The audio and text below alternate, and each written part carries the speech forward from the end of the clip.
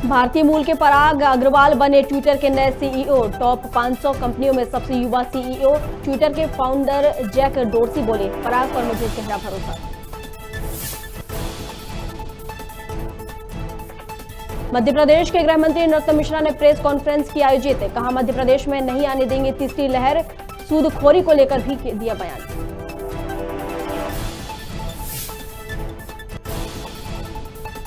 अनूपपुर में ड्यूटी पर जा रहे कर्मचारी की हत्या। मृतक के सिर पर मिले चोट के गहरे निशान। पुलिस मामले की जांच में जुटी।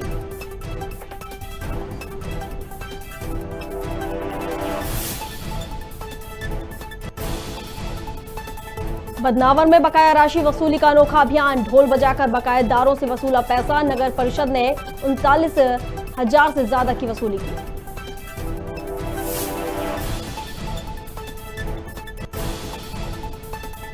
सतना में रेलवे स्टेशन रोड हटाया गया अतिक्रमण। व्यापारियों ने अतिक्रमण प्रभारी को घेरा। निगम ने कार्रवाई रोककर व्यापारियों को सामान हटाने की दी मोहलत।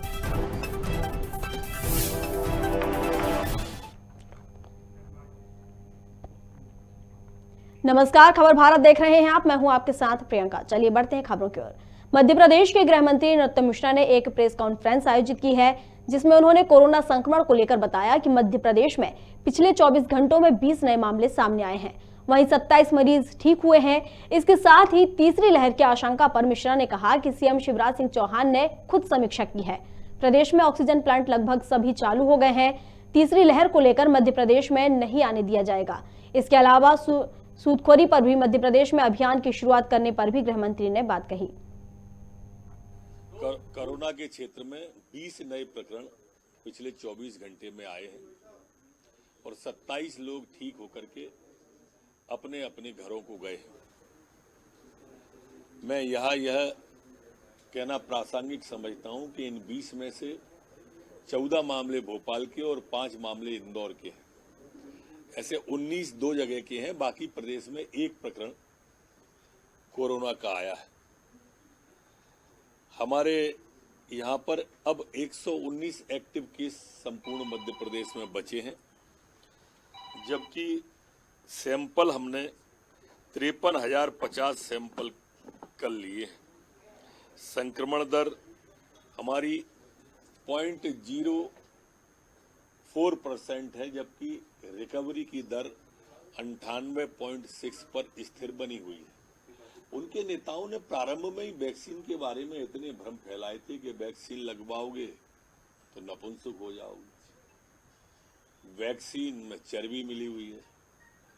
ये वैक्सीन भाजपा की वैक्सीन, और जितने भी उनके तथाकथित सहयोगी दल हैं उन सब ने भी यही कहा था। और हमने उस समय कहा था कि ये कोरोना की वैक्सीन है, भाजपा की वैक्सीन नहीं है। भाजपा की वैक्सीन तो 2024 में लगेगी, 5 साल तक असर रहेगा। देखिए, बहुत गंभीर विषय है वो, और इसके लिए हम पूरे प्रदेश के अंदर एक अभियान चलाने जा रहे हैं और लोगों से अपील करेंगे कि जो पास का उनके नजदीक थाना है वहां जाकर वो इस तरह की जानकारी दें। अगर कोई उनको इस तरह से ब्याज के लिए परेशान करता है या अवैध वसूली के लिए परेशान करता है तो पूरे प्रदेश में कार्रवाई हो। लगभग हमारे प्रदेश के सभी जिलों में ऑक्सीजन प्लांट तैयार हो गए, अधिकांश जगह चालू हो गए। बची जगह भी जल्द इसी दिसंबर महीने में ही चालू हो जाएंगे।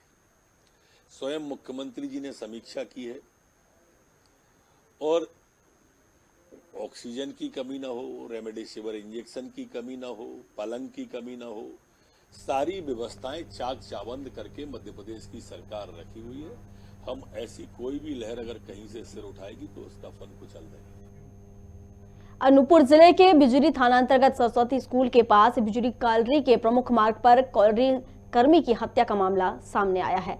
ड्यूटी से लौटते वक्त उसे हमला कर मार दिया गया। बहेरा बांध कॉलोनी में कैशियर के पद पर कार्य करता था। मृतक के सिर पर गहरी चोट के निशान मिले हैं और सूचना पर पहुंची पुलिस मामले की जांच कर रही है। हम आपको बता रहे हैं खबर अनूपपुर की, जहां पर अनूपपुर जिले के बिजरी थाना अंतर्गत सरस्वती स्कूल के पास बिजरी कॉलोनी के प्रमुख मार्ग पर कॉलोनी कर्मी की हत्या कर दी गई है। और इस पर अधिक जानकारी के लिए संतोष चौरसिया अनूपपुर से हमारे संवाददाता हमारे साथ जुड़ गए हैं।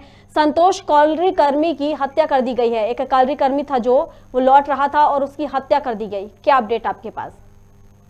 जी, मैं आपको बता दूं कि ये कालरी कर्मचारी सुरेंद्र राय इसका नाम है। इसकी उम्र लगभग 38 से 40 वर्ष थी और ये बहेरा बांध के कालरी में कैरियर के पद पर कार्यरत था, जो कल सेकेंड पाली की ड्यूटी करने के लिए घर से निकला था और वह रहने वाला पी सिंह कॉलोनी, नगर पंचायत खोगा पानी, छत्तीसगढ़ का निवासी है।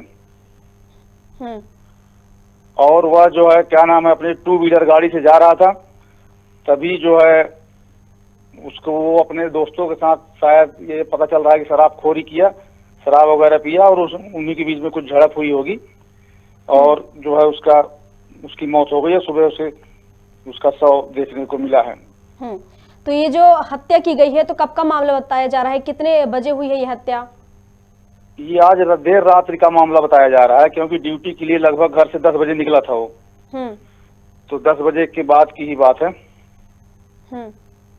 तो क्या और ये क्या बोलते हैं, ये बिजुली जहाँ पे इसकी हत्या हुई है वहाँ पर क्या बोलते हैं कालरी की भूमि है, जिसे अतिक्रमण करके वहाँ पे अवैध होटल वगैरह संचालन किया जा रहा है। और वहीं पर जो है वहाँ से लगभग 150 मीटर दूरी पर CSSF की जो टीम होती है, पुलिस वाला है, वो वहाँ पे मौजूद रहती है। उनकी संख्या लगभग 60 की संख्या में है और मौके पर पुलिस पहुंच चुकी है। अब मामले की जांच पड़ताल की जा रही है। घटना के पास से क्या बोलते हैं डिस्पोजल, पानी के पाउच और गाड़ी पर खून से लथपथ पूरा गाड़ी उसका पड़ा हुआ है। पुरानी रंजिश थी जिसको लेकर हत्या की गई है? अब ये तो पुलिस जांच के बाद ही पता चलेगा। अभी पुलिस पहुंची है और उसका शव का पंचनामा वगैरह पीएम कर रही है बिजली पुलिस, और उसके बाद ही उसका पता चल पाएगा। इतना जरूर है कि अपने दोस्तों के साथ इसने जो है बैठकर वहां पर शराबखोरी का किया था, ये पता चल रहा है अभी तक। संतोष, आपका बहुत बहुत शुक्रिया हमारे साथ जुड़ने के लिए। जी जी।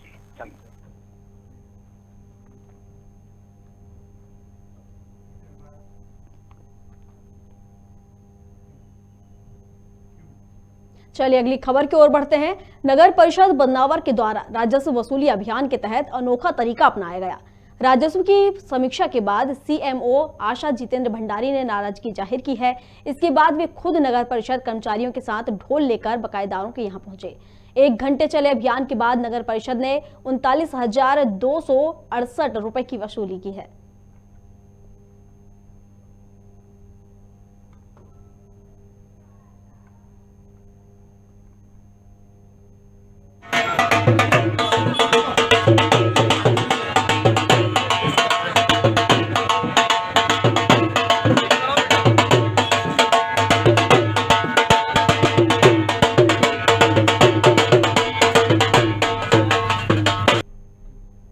सतना के नगर निगम और पुलिस की संयुक्त कार्रवाई के तहत अतिक्रमण को हटाया गया है, जिसके विरोध में रेलवे पदाधिकारियों ने अतिक्रमण प्रभारी को घेर लिया।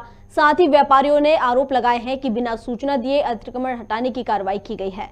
व्यापारियों ने अतिक्रमण प्रभारी रमाकांत शुक्ला के ऊपर दोषगत कार्रवाई करने का आरोप लगाया है। हंगामा होते देख नगर निगम ने कार्रवाई को रोक दिया और व्यापारियों को सामान हटाने की मोहलत दी। किस तरह की कार्रवाई देखिए, व्यापारियों को अनाउंसमेंट के माध्यम से हमेशा सूचित किया जाता है। वर्तमान में लगन का सीजन चल रहा है, इतना रस है बाजार में कि निकलते नहीं होता। कल हमारे एसपी साहब बाजार का भ्रमण किए थे, उनके द्वारा ये निर्देश दिए गए कि बाजार में शुक्ला जी व्यवस्था जमाओ, बहुत बड़ी अव्यवस्था फैली हुई है।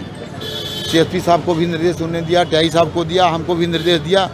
हम सुबह से आज 4 बार अनाउंस कराए बाजार में कि अपने अपने दुकान का सामान अपने दुकान के अंदर रखो।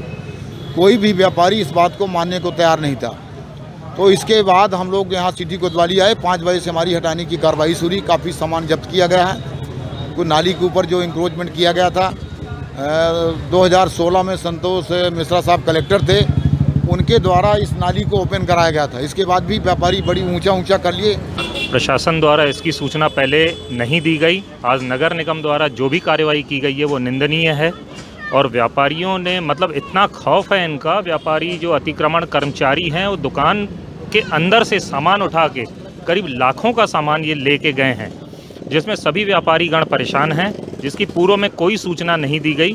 जैसे अभी हमारे अध्यक्ष जी ने बताया आपको कि तत्कालीन कलेक्टर संतोष मिश्रा जी द्वारा समझाइश दी गई थी और उसी समझाइश के तहत हम लोग दासे तक सामान रखे हुए थे।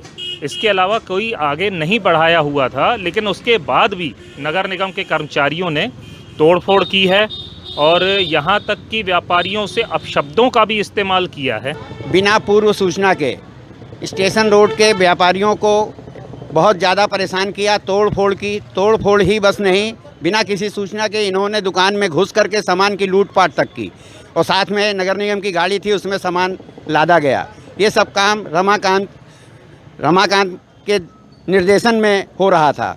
स्टेशन रोड के व्यापारी बहुत सीधे व्यापारी हैं, बिना किसी सूचना के ये सब अपना सहते रहे। क्या दोष भाव से कार्रवाई की गई है? बिल्कुल दोष भाव से ही कार्रवाई की। पूरे शहर के अंदर में अतिक्रमण मचा हुआ है, कहीं पर कोई कार्रवाई नहीं होती। जब भी कुछ कार्रवाई करते हैं तो स्टेशन रोड में ही करते हैं। इसके पूर्व में भी संतोष मिश्रा जी के कलेक्टर थे, उस समय दीपावली का समय था। स्टेशन रोड की दुकानों को, पूरे दासों को तोड़ करके नाली कर दी गई। यहाँ पे नगर निगम ने कहा यहाँ पे बनाया जाएगा। कई महीने तक वो काम वैसे का वैसा ही पड़ा रहा। उसके बाद में सभी व्यापारियों ने उसी टूटी हुई नाली को वापस ठीक किया। नगर निगम ने कोई कार्रवाई नहीं की। अब आप लोग क्या हम ये चाहते हैं, हम नगर निगम के साथ हैं, हम व्यवस्था को अच्छा करना चाहते हैं, लेकिन हम ये चाहते हैं कि क्या इसके लिए टारगेट केवल स्टेशन रोड के ही व्यापारी हैं? पूरे शहर के अंदर अतिक्रमण मचा रखा है।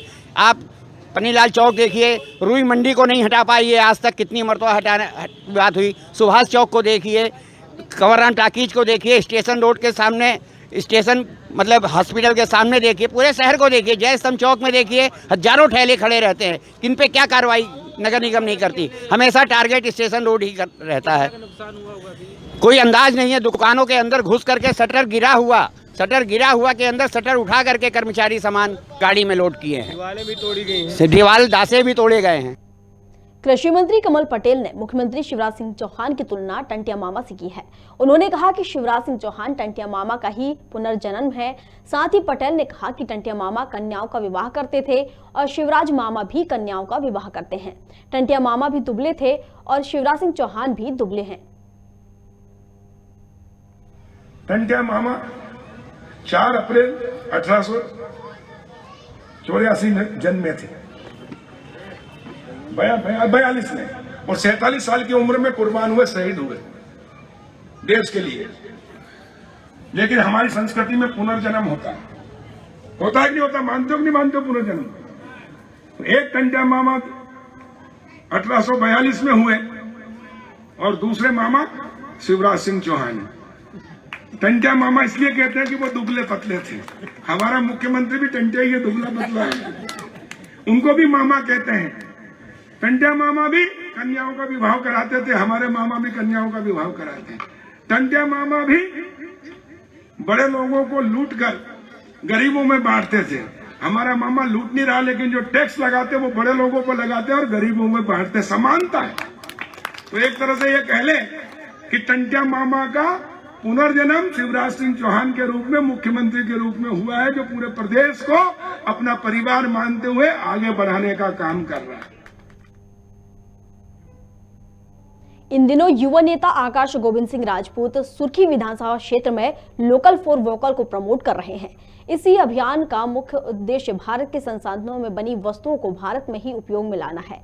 आकाश छोटे छोटे स्टार्टअप कर दुकान चलाने वाले युवाओं से मिले। उन्होंने मधु चाट सेंटर पर पहुंचकर बुंदेलखंडी देसी बड़ा का स्वाद चखा। आकाश राजपूत ने कहा कि हम सबको मिलकर आत्मनिर्भर भारत के तहत स्थानीय दुकानदारों को बढ़ावा देना होगा। इससे हमारा गांव आर्थिक रूप से सबल होगा और गांवों से पलायन भी रुकेगा।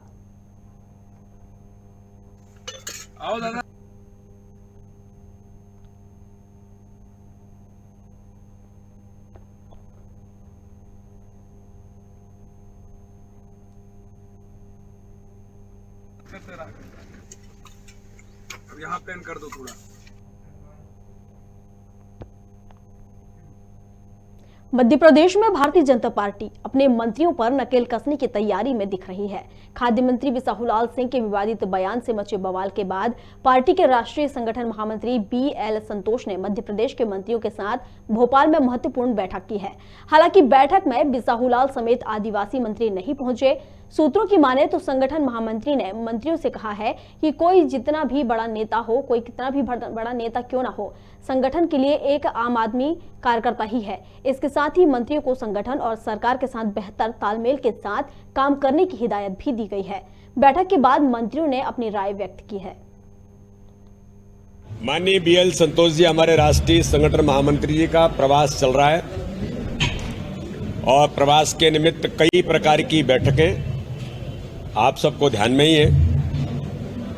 तो उन बैठकों में लगातार हम सबको मार्गदर्शन कर रहे हैं। अभी हमारे कैबिनेट के सभी मंत्रियों की बैठक हुई है। अब ये जो आप लोग जो बातें कहते रहते हैं, ये सब बातें मुझे ऐसा लगता है कि एक ही शब्द है, वो ये है कि जो अच्छा काम सरकार, हमारे मंत्रिमंडल के सभी सम्मानीय सदस्य, माननीय मुख्यमंत्री जी के नेतृत्व में और भारतीय जनता पार्टी के हमारा संगठन का तंत्र जो मिलकर के बेहतर काम कर रहा है, उस काम को और गति कैसे दी जा सकती है, यही मार्गदर्शन माननीय संतोष जी ने दिया है। संगठन की सतत चलने वाली प्रक्रिया है।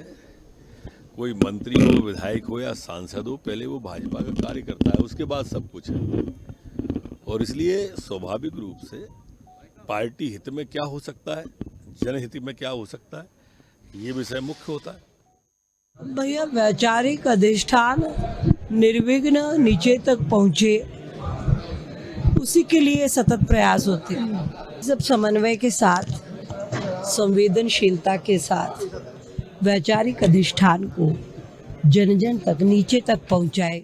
भारतीय जनता पार्टी की परंपरा के अनुसार हम सभी लोगों के बीच में, चाहे सरकार हो चाहे संगठन हो, सभी के बीच में समन्वय की चर्चा होती रहती है। इसी संदर्भ में आज की बैठक थी। हमारे संगठन के जो सर्वोच्च नेता हैं, संगठन महामंत्री हमारे राष्ट्रीय, उनके साथ में हम सभी मंत्रियों की चर्चा हुई। उन्होंने आपस में संवाद किया और संवाद के जो निष्कर्ष हैं, निश्चित रूप से राज्य के लिए लाभदायक। बहुत ही कहना चाहिए कि हमारे राष्ट्रीय संगठन मंत्री जी ने बहुत ही अच्छा डिस्कशन और एक जो स्वस्थ संवाद होना चाहिए वो हम सब मंत्रियों के साथ किया। हमारा फीडबैक भी लिया और हमको क्या करना है वो भी लिया और एक औपचारिक परिचय भी हमारा हुआ है। तो उनका नेतृत्व और उनका बहुत ही अच्छा व्यवहार और बहुत ही कुशल विचारक के रूप में आज उनका आशीर्वाद हम सबको प्राप्त हुआ। कुल निश्चित रूप से आज संगठन, माननीय हमारे संगठन महामंत्री BL संतोष जी ने बैठक ली। उनका साफ एजेंडा था कि हमारे देश और प्रदेश की किस तरीके से मार्केटिंग हो, अच्छे काम किस तरीके से लोगों तक प्रचार प्रसार हो, सकारात्मक सोच संगठन और सरकार के बीच तालमेल रह करके हम किस तरीके से देश और प्रदेश का उत्थान करें और अंतिम पंक्ति के अंतिम व्यक्ति को इलाज की सेवाओं का लाभ कैसे मिले, उस गरीब के घर लट्टू कैसे जले, उसको अच्छे स्कूल में उसके बेटे को शिक्षा कैसे मिले, ये एजेंडा आज की बैठक का था। और वो सकारात्मक संगठन और सरकार मिलकर करे, यही उद्देश्य भारतीय जनता पार्टी का है। जल संसाधन मंत्री तुलसीराम सिलावट और विधायक रामेश्वर शर्मा ने कोलार डैम से सिंचाई के लिए निकलने वाले नहरों का निरीक्षण किया। इस दौरान स्थानीय जनप्रतिनिधि और विभाग के अधिकारी उपस्थित रहे। वहीं अब सभी खुली नहरों को पाइपलाइन से सिंचाई के लिए पानी की सुविधा उपलब्ध कराई जाएगी। इसके लिए को प्रेशर से पानी सप्लाई किया जाएगा और खेतों में स्प्रिंकलर के साथ ही अन्य तरीकों से फसलों को पानी दिया जाएगा।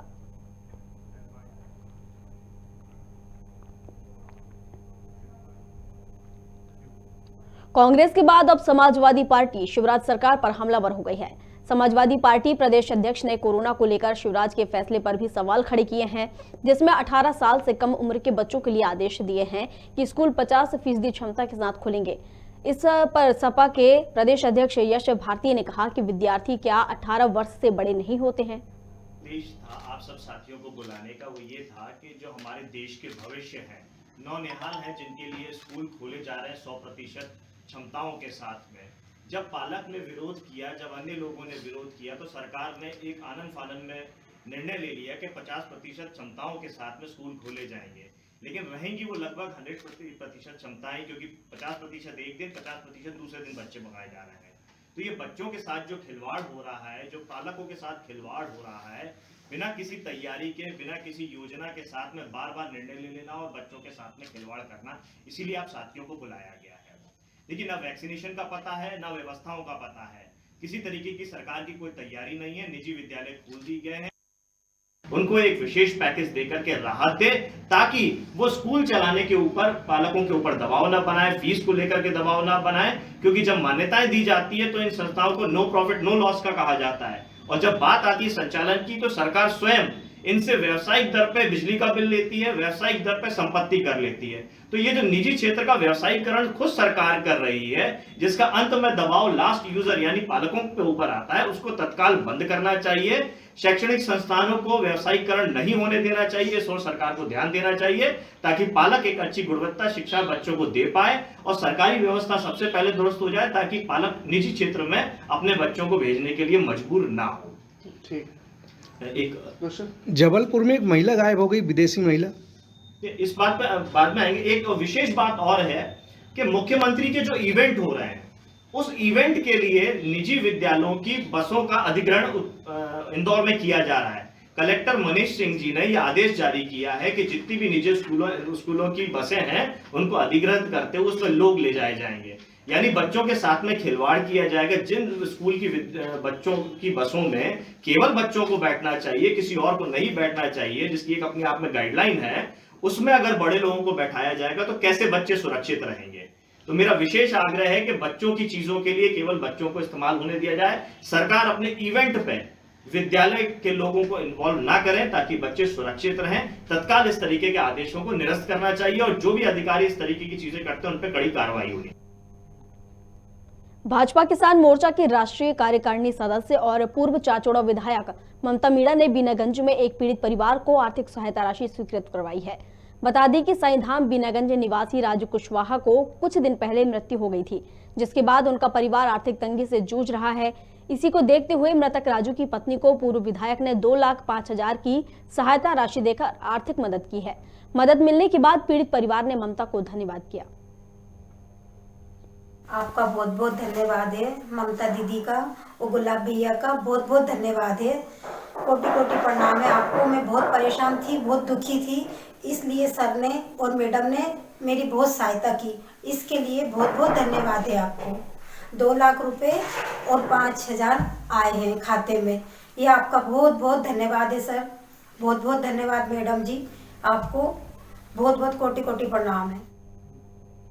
ग्वालियर के बहोड़ा थाना क्षेत्र के एक परिवार ने प्रशासन पर लापरवाही का आरोप लगाया है। पीड़ित परिवार का कहना है कि आरोपी के खिलाफ मामला दर्ज होने के बावजूद भी पुलिस आरोपी को गिरफ्तार नहीं कर रही है। वहीं पीड़ित परिवार पर 2 बार हमला भी कर चुका है, जिससे पीड़ित परिवार दहशत में है। बता दें कि पीड़ित के साथ आरोपी का मामूली विवाद हुआ था, जो बाद में खूनी संघर्ष में बदल गया। मामला ये है कि मेरी गली सकड़ी है, तो यहाँ आने जाने में मतलब दिक्कत हो रही है, तो मैंने बाजू में ही गाड़ी टिका दी थी। तो भगवान सिंह पाल आया, उसने कि गाड़ी हटाओ यहाँ से। मैं गाड़ी हटा रहा हूँ, इधर लगाया था, तो वो गाली गलौज करने लगा। मैंने गाली कागज दे रहे, मैंने गाड़ी हटा ली। उसने तामे आकर अपने बच्चे को बुलाया, अंकित को, और फोन करके उसने लड़कों को बुला के हमारी मारपीट की है खूब। सारे बच्चों को चोटें आई हैं और पहली रिपोर्ट की। उसके बाद हम चुपचाप रहे, तो चलो कोई दिक्कत वाली बात नहीं है। फिर दूसरे फिर ले आए 30-40 लड़के। 30-40 लड़के लाने के बाद हमारी फिर मारपीट, हमारे घर में तोड़ फोड़ सब कुछ कर गए। वो गाड़ी खड़ी थी दरवाजे बन के, उन्होंने कहा गाड़ी हटा लो, तो मैंने गाड़ी हटा ली। वो गाली गलौज करने लगे, तो मैंने अंकल जी मैंने गाड़ी हटा ली, आप गाली गलौज मत करो। मैंने कहा के लिए, तो वो कहने लगे अपने लड़के को बुला रहा हूँ। तो उस लड़का आया उनका, उनके लड़के ने मेरे साथ मारपीट कर दी। लड़का अंकित पाल बगल में रहता है हमारे पिताजी भगवान सिंह पाल। तो लड़के ने मारपीट कर दी, तो हमने चलो कोई दिक्कत नहीं, हमने घर पे बैठा ली भैया वाला सबको। मैंने चलो कोई दिक्कत नहीं है, मैंने ये समझा देंगे लड़के को। 10-15 मिनट बाद फिर लड़के 15-20 लड़के लेकर आया, और घर में उसको मारा पीटी वगैरह करने लगा।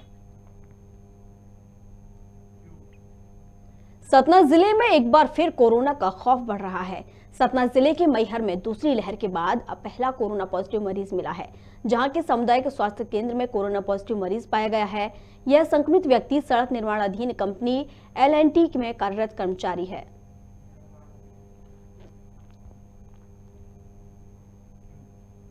हॉकी खेल को बढ़ावा देने इंटर हॉकी फीडर सेंटर बालिका वर्ग की खेल प्रतियोगिता श्रीमती माधवराव सिंधिया जिला खेल परिसर में हॉकी इंस्ट्रोटर्म मैदान में आयोजित की गई। बालिका वर्ग के फाइनल मुकाबले में शिवपुरी ने जीत हासिल की है। वहीं मैच की बेस्ट स्कोर प्रियंका बाल्मीकि तो वहीं man of the tournament Nandini Balmiki बनी। शिवपुरी की जीत से उत्साहित कलेक्टर अक्षय कुमार सिंह ने खिलाड़ियों के बीच पहुंचकर खिलाड़ियों को गोद में उठा लिया और जश्न मनाते दिखे। बहुत बढ़िया, अच्छा प्रयास है।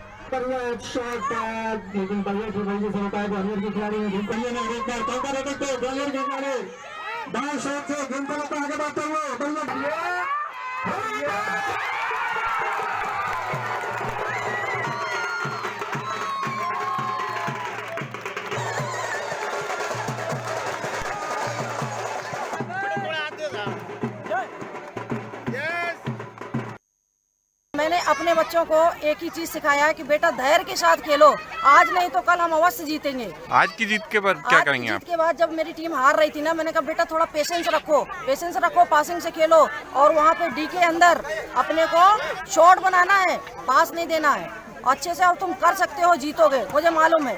बंसी वाला मेरे साथ है। आने वाले थे पर ना हमने हौसला रखा, हमारी मैम ने बोला कि नहीं तुम जीत सकती हो और हमने जीत के दिखाया। एक समय पे आप पिछड़ रहे थे, उसके बाद क्या स्ट्रेटेजी बनाई आप लोगों ने? लगा कि हम आ जाएंगे पर मैम ने हमें जोश दिया कि नहीं तुम कर सकती हो, इसलिए हमने किया। सुजालपुर में यूरिया खाद को लेकर किसानों के दो गुटों में मारपीट हो गई। पूरा विवाद पावती के लिए लाइन में लगने को लेकर हुआ, जिसमें दो पक्षों के लोगों ने आपस में मारपीट की। हालांकि पुलिस ने मौके पर पहुंचकर स्थिति को नियंत्रित कर लिया। वहीं इस घटनाक्रम में कुल 3 लोगों को चोटें आई हैं। वहीं सुजालपुर थाना पुलिस ने दोनों पक्षों के 3 लोगों पर मामला दर्ज किया है।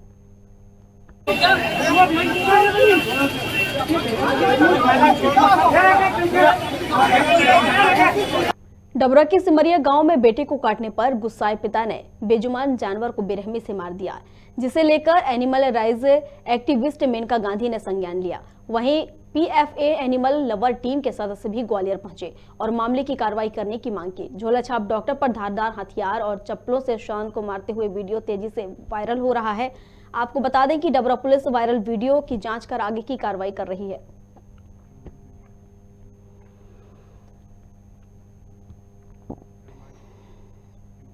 खबर भारत में खबरों का सिलसिला लगातार जारी है। आप बने रहिए हमारे साथ और देखते रहिए खबर भारत। नमस्कार।